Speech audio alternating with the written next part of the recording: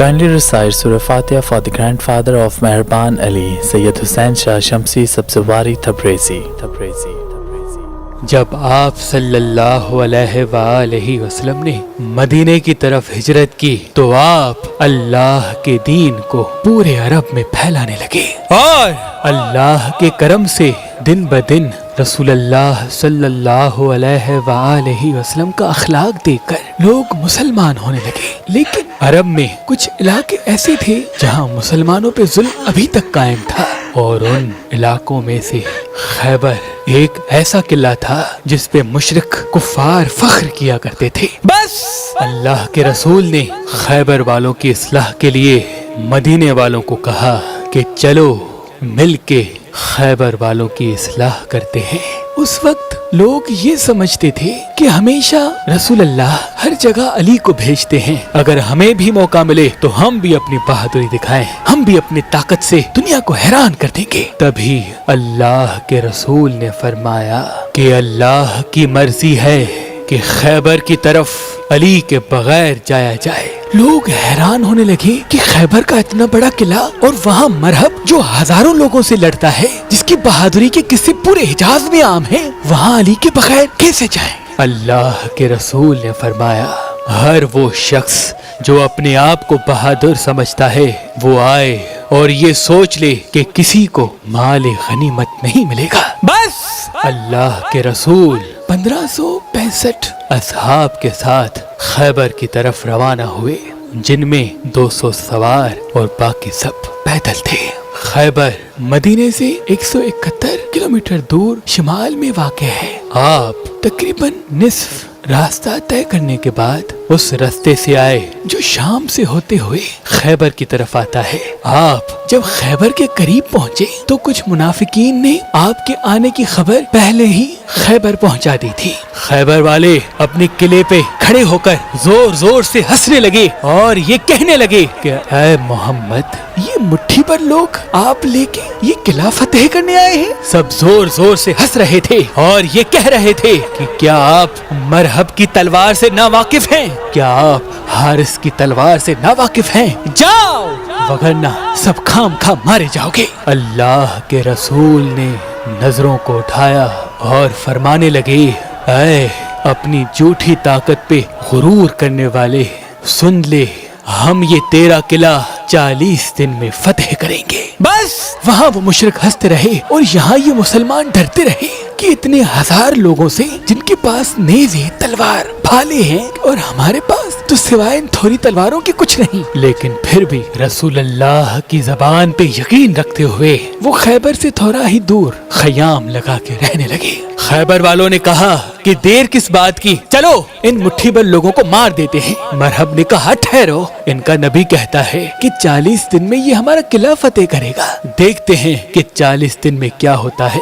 جب 40 دن بعد یہ قلعہ فتح نہیں ہوگا تو ہم کہیں گے کہ ان کا نبی بھی جھوٹا، ان کا دین بھی جھوٹا۔ بس روز مختلف اصحاب علم اٹھا کے جاتے تھے، اور جیسے ہی قلعے کے قریب پہنچتے تھے تو سپاہی کہتے تھے ٹھہرو، مرحب آتا ہے، تو وہ بھاگ چلے جاتے تھے، اور وہ مشرک مسلمانوں پہ ہنستے رہتے تھے، یہاں تک کہ 39 دن گزر گئے اور مسلمانوں کے پاس جو جو چیزیں کھانے کی تھی وہ سب ختم ہو چکی۔ مسلمان بھوک سے تڑپ رہے تھے اور بار بار اللہ کے رسول سے کہہ رہے تھے یا رسول اللہ، یہ قلعہ فتح کرنا ناممکن ہے کیونکہ ان کے پاس مرہب ہے جس سے کوئی جیت نہیں سکتا۔ اللہ کے رسول نے فرمایا کل 40واں دن ہے، اور کل میں علم اس کو دوں گا جو کرار ہوگا، غیر فرار ہوگا، اور اس کے ہاتھوں میں اللہ کی طاقت ہوگی، اور وہ یہ قلعہ فتح کرے گا اور مرہب کو 2 ٹکڑوں میں تقسیم کر دے گا۔